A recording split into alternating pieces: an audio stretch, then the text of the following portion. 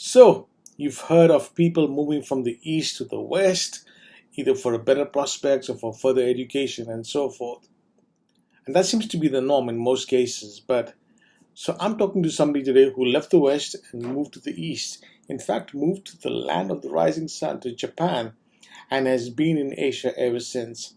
What got him to do that? And what's it been like being a traveler and experiencing the world from another side?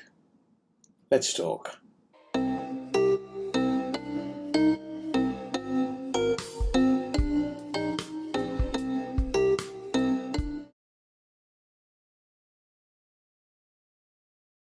Hello, and welcome to my podcast, A Pint of Imbecile Wisdom. As you know, it's about everyday people with everyday stories, and hopefully, in that, great inspirations for the rest of us. So today, on my guest, I've got somebody who I find very strangely, as a lot of people in Asia or around the world want to move to countries like Northern America or the United Kingdom or Europe. My guest left the United Kingdom decades ago and moved to Asia, and he's been here ever since. So I was very intrigued to find out what is it that made this man decide to do something like this. What were his experiences? What were his learnings? And what can the rest of us learn from him? So, Andrew, welcome to my podcast. Great to be here. Thanks for having me on the show. Okay, Andrew, why don't you just tell my viewers a little bit about yourself, and then we'll get into the topic. Yeah, so as you kind of alluded to, I was born in the UK in the mid-70s, giving away my age already. Studied in Stirling in Scotland. So I'm from Northern England, but studied in Scotland. You'll probably ask about my accent at some point. Maybe I can cover that one later. In 1999, I moved over to Japan. Lived there until 2017, and then came out here to Singapore.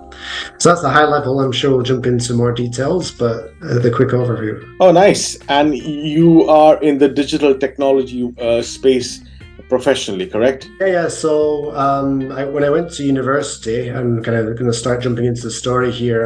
I didn't really know what I wanted to do, I guess. And so I ended up studying marketing and Japanese.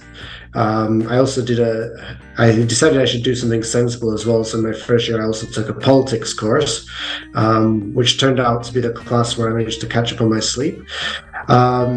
So dropped that after the kind of first semester and kind of went down the path of Japanese and marketing. But at this time, this was the mid-90s, and it was just as the internet was kind of starting to take off as we know it. So basically web browsers. I had kind of always had some sort of computer at home, but I wouldn't consider myself a computer geek. I've always said I've been a computer power user, and so I'm a little bit familiar with computers. I've dabbled around, but as the internet started to take off, I realized that I really should have some tech skills in my portfolio. So when I graduated without any formal tech training, I got the only job I could get in tech without any training, which was a localization engineer. And from there, I never really looked back. I've always been in some sort of tech-related role or company, but strangely, a kind of a mix between sales, account management, program management, project management. And so I always say the marketers think I'm a tech guy, and the tech guy think I'm a marketing guy. So somewhere in between. Okay, so Andrew, coming on now to our conversation, as I said earlier in my introduction, traditionally and typically, a lot of people from Asia have wanted to move westwards, be for better perspectives or for education and so forth, and have ended up staying there. Some few, like myself, have come back to Asia. But I'm very intrigued to find out what triggered you to move out of the UK and head towards Asia. And I think you went to Japan first. Am I right? Yeah, that's right. Yeah. So the background to it is, as I mentioned, I'm from England, Northwest England, which I always say the Northwest in the 1800s, and it kind of went downhill from there. Obviously, it was the center of the Industrial Revolution, so played a big part in the world where we are today. But modern day Northwest England has its nice points, it also has its challenges. Now, my parents never really traveled abroad. In fact, as a child, I never traveled abroad with my parents, and maybe I had one or two short school holidays, but never really traveled much abroad in my youth. But I was interested in overseas things. So actually, I first studied French, as we all have to do in England, and then I studied German, which was kind of an optional choice. And then when I went on to do my A levels, I also added on Spanish. Not that I consider myself a linguist, but I just enjoyed studying languages. Um, and then when it came to deciding my university courses, this was again kind of early 90s when I started making that decision. Japan was in the news all over, right, for business reasons. The 80s have been the bubble years for Japan. I was studying business at school as one of my A levels, and so I naturally got interested in Japanese business and Japanese management practices. And from there, I got interested in the culture. And it really became this country that I just narrowed down and focused in on as almost like an obsession. So I ended up getting an interest in manga and anime at that time, like many people have these days. Um, and so when I went to university, I had a choice, right? Did I study a European language, or do I do just business, or do I kind of take this challenge and study Japanese? Um, and never being one to take the easy path, I decided to take Japanese. Well, also, as I mentioned, kind of risk management, and I had a few other courses that I could have pivoted to if it didn't work out. But really never looked back from that point. I think our Japanese class started off with around 40 students and finished off with around 5 or 6 after the 4-year course. So I did get a chance to go to Japan on an exchange trip as part of my university course in 1995. So that was the first time I went there. Um, and then wait, I'm just making sure I'm getting my years right. It was probably 1997. So I went there. I went there on holidays. Yeah, that's right. I went there on holidays first time 1995. Went back 1997 to study, and then ended up living there in 1999. So really, the short answer to your question is that it just became a long-term goal of mine to live and work in Japan. So when I started looking for work, I mentioned that I found a job as an engineer, but I also found a job with a company that I knew had an expanding Japanese office.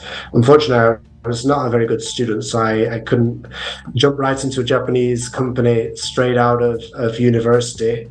So I missed that opportunity. Ironically, I also missed the chance to go on the JET program, which is a program that brings people over to Japan to be teachers. Um, anyway, as luck would have it, after I joined the company in the UK. Luckily, they sent me out there. I think it was it was about 8 months after I joined. A number of coincidences led to that. And so, yeah, my kind of dream, which at that point was probably around 10 years old or something, or 5 to 10 years old, had kind of become true. Now, the other part of the story, which I haven't said yet, is my wife's also Japanese.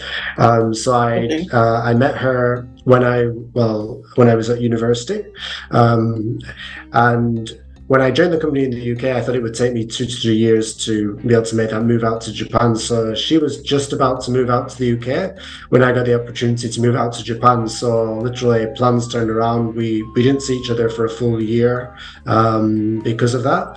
But then I ended up coming to Japan, and yeah, lived there for a good 18 years. Wow. So how old were you when you moved to Japan after you graduated from university? Be 22, 23. Well, you had an extra reason to move to Japan because your girlfriend was from Japan, which is very nice. It works out really well.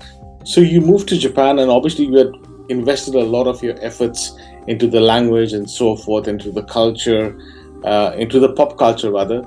So let me ask. So you moved to Japan. What were some of the early challenges that you found having moved from the UK? So I think when you go there for the first time, it's a big adventure, right? So like you mentioned, I had really intensely studied the culture. There's one particular book or book series called Culture Shock, which I recommend to anyone who's thinking into one country because it really gives you quite an easy to read insight into the culture. So I'd read this book amongst many others, and when I got there, unfortunately, even though I'd studied Japanese as degree level, Japanese is really a horrendous language to learn, and so I wasn't that fluent. So the big one for Japan, of course, is the language.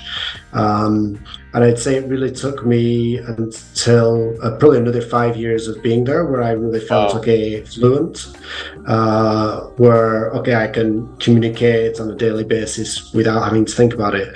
But even now, working in a Japanese company after almost 30 years since I originally started studying, the language is still a challenge because of the characters and because the vocabulary is nothing related to obviously English. So for every word you don't know, there's not really any way to guess it. I guess there's a curve where it gets easier the more you learn Japanese, but still it's a difficult language.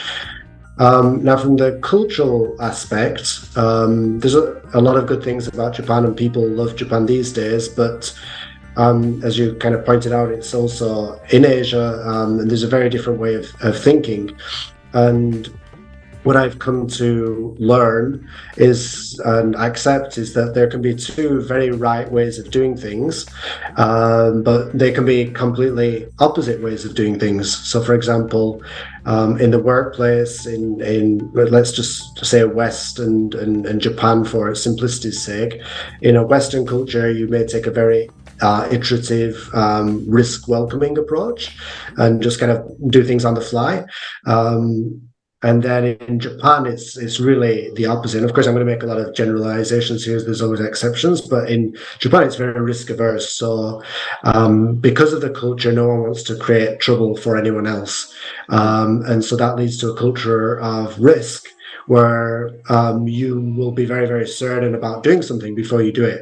And as someone coming from the West, even after 30 or 20 odd years of living in Asia, that instinct of mine to just kind of do things on the fly doesn't go away. Now, partly this is also probably my personal culture overlaid on top of the local culture, but I never really got over that. But I learned to accept it, and I learned to kind of hold myself back and accept that I was the guest in the foreign country, and things have to be done in the country you're in. So I think that cultural aspect of the natural instincts that you have of the right way to do something, being the wrong way in the place where you now find yourself, that's probably the biggest challenge I would say for anyone going to any different culture. I think you made a very valid point about being aware that you're a guest in a country. And I've seen this with so many people making a choice to move out of their land and going to a foreign land, and for a better life. And when they go into a foreign land, they expect to take with them their values and their laws and their belief systems into a foreign land, and then get upset when their views are not accepted widely in a country. And this has been an issue in the world for decades, right? So I think it's very valid what you just said, is being aware that you're a guest, even if it becomes home. You've got to be aware that there's the values of the land that will always be bigger than the values that you bring. The values that you bring are yours, and they're within your four walls, so to speak, of your life. But you've got to be able to respect, understand, and be aware that they're your values and not the values of the land sometimes. Yeah. Sorry. So one more comment to add on there. And this also leads to another reason I left the UK, but I felt that the people in the UK kind of had this natural superiority complex, which was getting less and less justified, and something I didn't really like. And it was also I found in many cases very negative. In particular, the press and the media, which I think still to this day has the habit of attacking people and kind of trying to bring them down, and the celebrities and everything. And I really didn't like that culture. So I also, to some extent, didn't feel at home at home. I felt kind of out of place. So I think that also makes it easier if you're going outside your country, if you don't necessarily feel 100% at home when you're in your own locality. But it's good. On a lighter note, uh, what was the food shock like when you first moved to Japan, or was that not an issue at all? Coming from the UK, it's hard to go any further down, right? Um, So, and of course, the food in Japan is awesome. In fact, I was worried about the food because what I found in the UK was I didn't like fish, I didn't like rice, and I didn't like soy sauce. Um, but what I realized was it was the quality of all those foods that I was having in the UK, which meant that I didn't like them. So when I got to Japan, wow, the food there really is, I got to say, some of the best in the world. Of course, the I would also probably say the best in the world. The Japanese food itself, but also the way they make foreign food as well. So I've had really good Italian food there. I don't eat dairy myself, so I don't eat much French, but you can get good French there. You can't get a lot of kind of South American or Mexican really. That tends to be not so widespread there, or even Southeast Asian, I would say. But the food you can get is really good.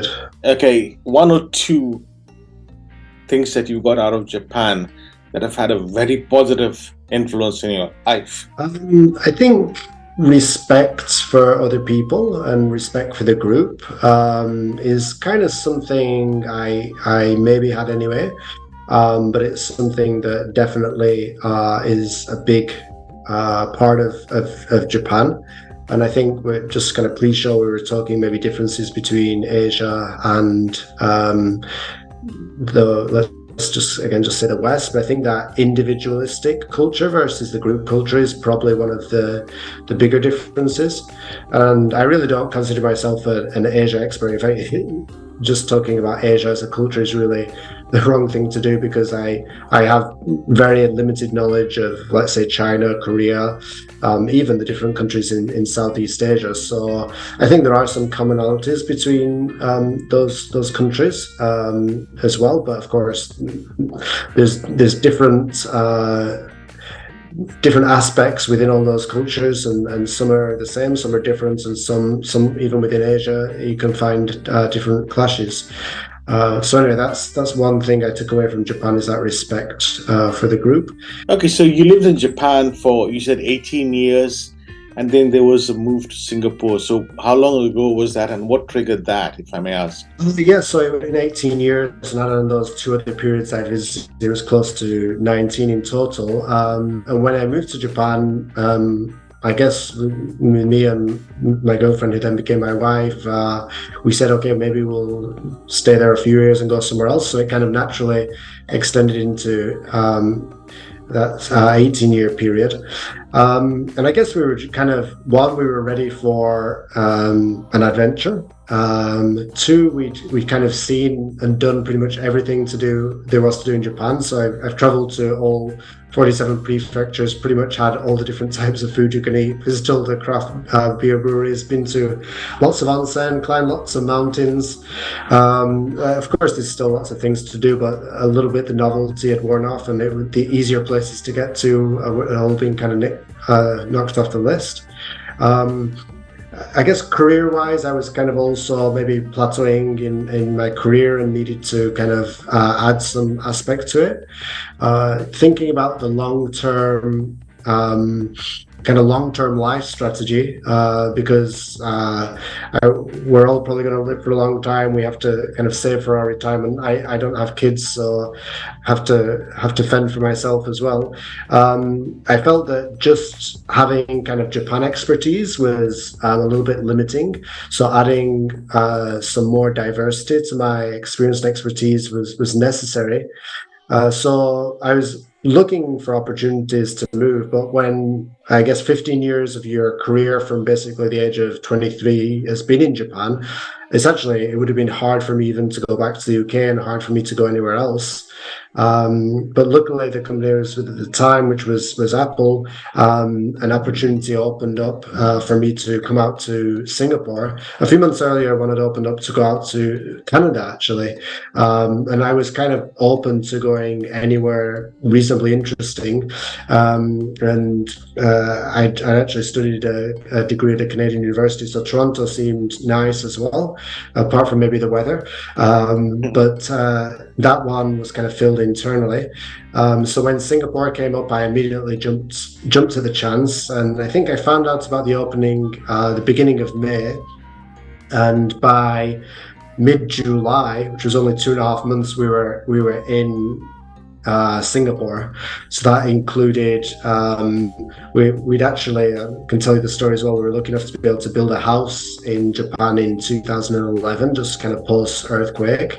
So we had to basically lease out our house, move everything out of it, sell some of our bigger items. I had to go through quite an intensive interview process, and then plan the whole trip over. So kind of that 2.5 months was, now it seems unrealistic, but it happened in such a short time. And then now that's turned into 6 in Singapore and counting. Wow. So that's quite interesting. So, I mean, you got an opportunity and within 2.5 months, you had picked up your baggage and you were in another country altogether. That's quite amazing. So, before I jump on to my next question, bangers and mash or noodles? I'd definitely go for noodles, and if I was to choose any noodles, it would definitely be ramen from Japan. Okay. So I had another question. Sorry, go on. Yeah, maybe I could just add one more thing. So when I did make that jump, it was a jump into the dark. I'd actually never been to Singapore, except for during the interview process. I came over here once. My wife had never really been to Singapore, so we were making really a big kind of life gamble. And I remember the kind of day we basically walked out of the house which we built and designed ourselves 5 years earlier. It was kind of a very emotional moment where we both kind of asked ourselves, we're giving away almost like a perfect idealistic life. Are we doing the right thing? So it was definitely what I wanted to kind of say by that to anyone thinking about that is these things can be big and challenging, and there are risks. But sometimes you just have to take a jump into the dark and go for it. So I have a question now. The world is evolving, as we know. The voice in Asia is becoming louder by the day, right? Asia is finding her stand parallel to her counterparts in the West. Okay, so keeping the political side issues aside, what do you think the West can learn from Asia? I mean, you spent about 20-something odd years here, and you come from the UK originally, so that's why I'm asking the question. What is it that you think that the world needs to listen to in terms of the Asian voice, culturally, especially? I mean, I think the first thing is going back to that group mentality, right? So thinking about the wider picture rather than being so individualistic. I think unfortunately Asia is succumbing to the consumerist culture, which wraps up most of us in some way or other. And I'm not sure it's possible for the West to kind of learn from that or even to kind of dial it back. But I think there's a lot to be said from managing the amount you consume and being careful with resources. And in some way, Japan does that quite well. They're very careful with items and things and wastage. There's kind of other elements as well. Of course, you get a lot of plastic bags, or did get a lot of plastic bags in Japan, so it can be a little bit eccentric as well. But generally, the culture is they take care of things and value things. The other thing, which I don't know whether it's Asian or non-Asian, but for better or worse, the capitalist society we live in kind of drives companies to be very short-term in their thinking. and that doesn't always have good consequences. It's the nature of the beast, so to speak, and I can't say whether it's right or wrong or what a better answer is. But Japan has kind of resisted that kind of foreign investor pressure for quite a while, and that's had good elements and bad elements, right? The bad elements is that some companies have become maybe even borderline corrupt or inefficient, and we've seen companies like Toshiba basically crumble. But at the same time, Japan has by far the highest proportion of companies that are over 100 years old, because they take a very long view to the markets and to their customers, and they take a very value-driven view. So other people have written about this as well. But I just wonder, is there not a more measured approach we can take to capitalism?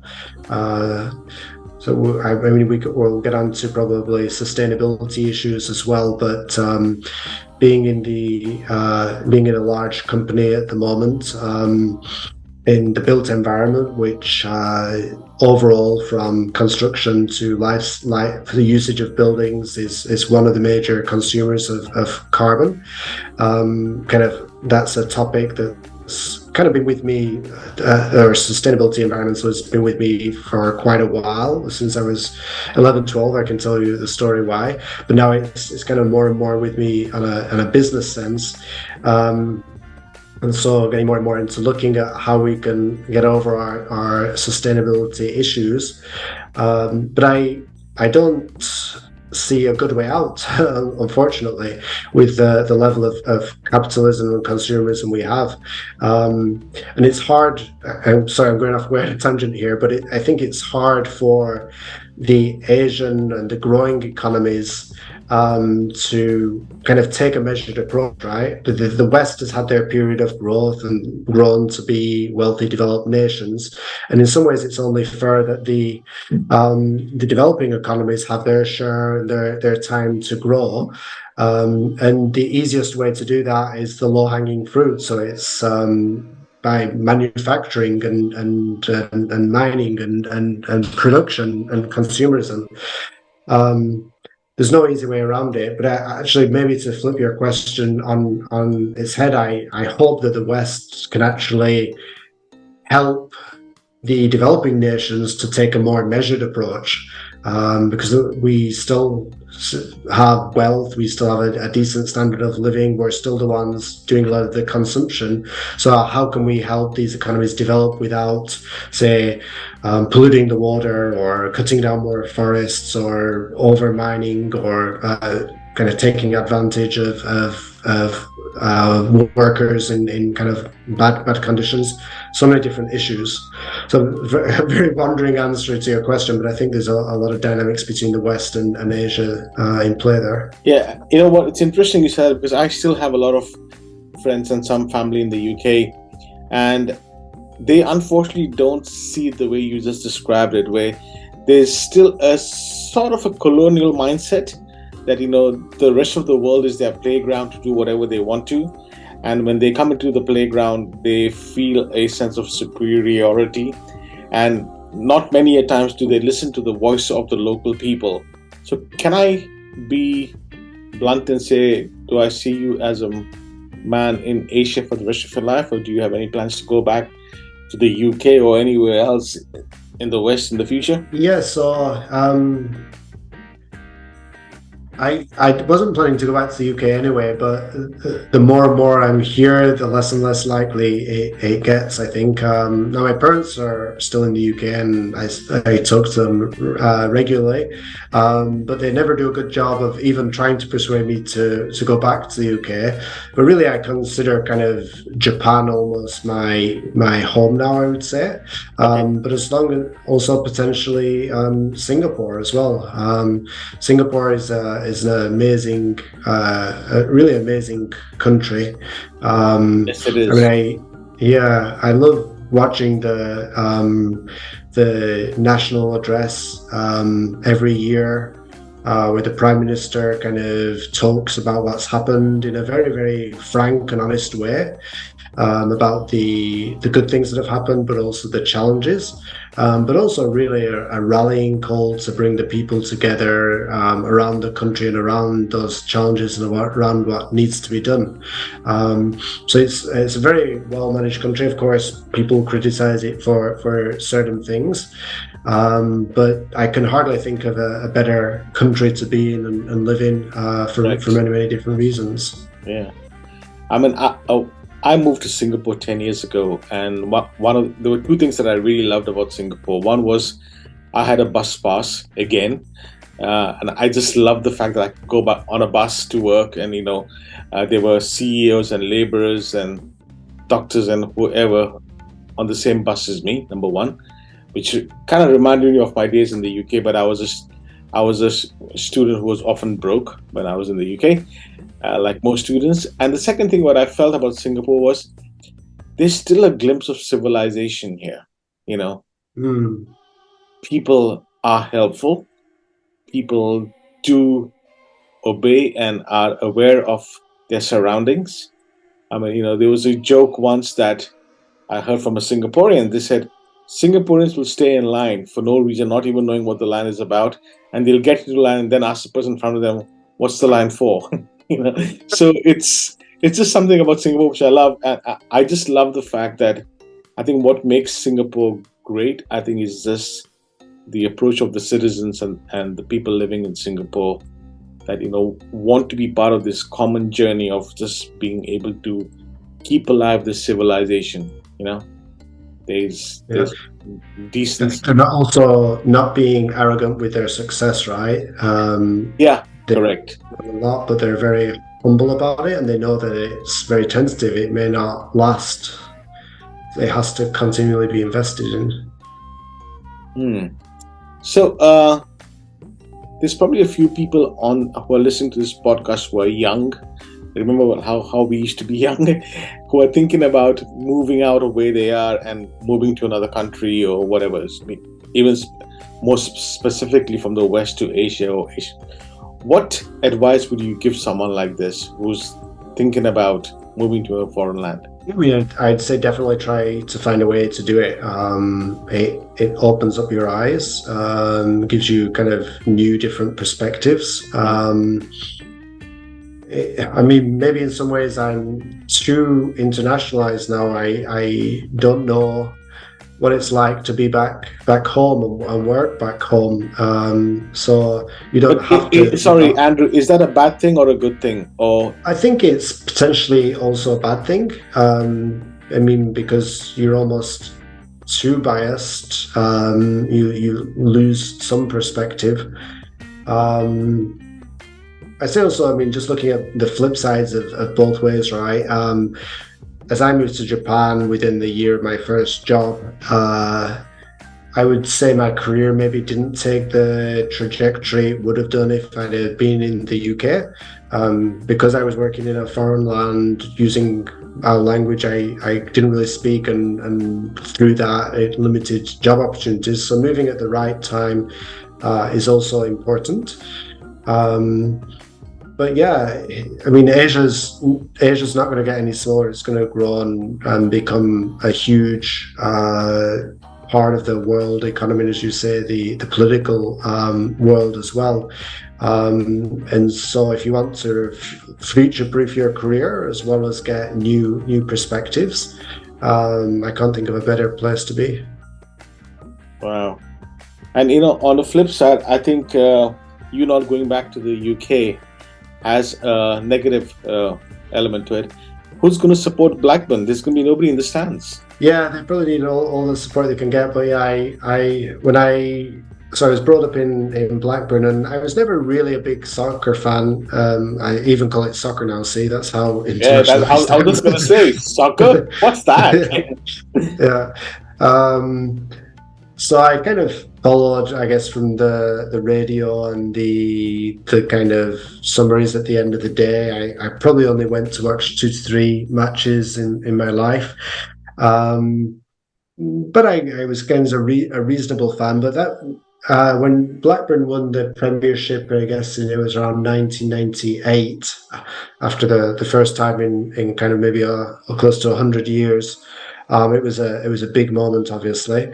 But one of the things that got to me is when Alan Shearer, who was obviously the Yeah, hero of that, the team at the time. He eventually left at some point and went back with Newcastle. And I remember when he went back with Newcastle, and the fans were kind of booing him, and that just like really annoyed me, and just showed in many respects the fickle and negative nature of the UK.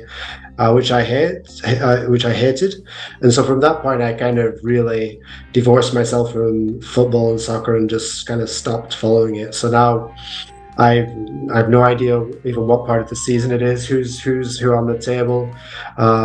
Just really don't follow it at all, unfortunately, which is a shame. But I do follow the World Cup kind of every time it's on.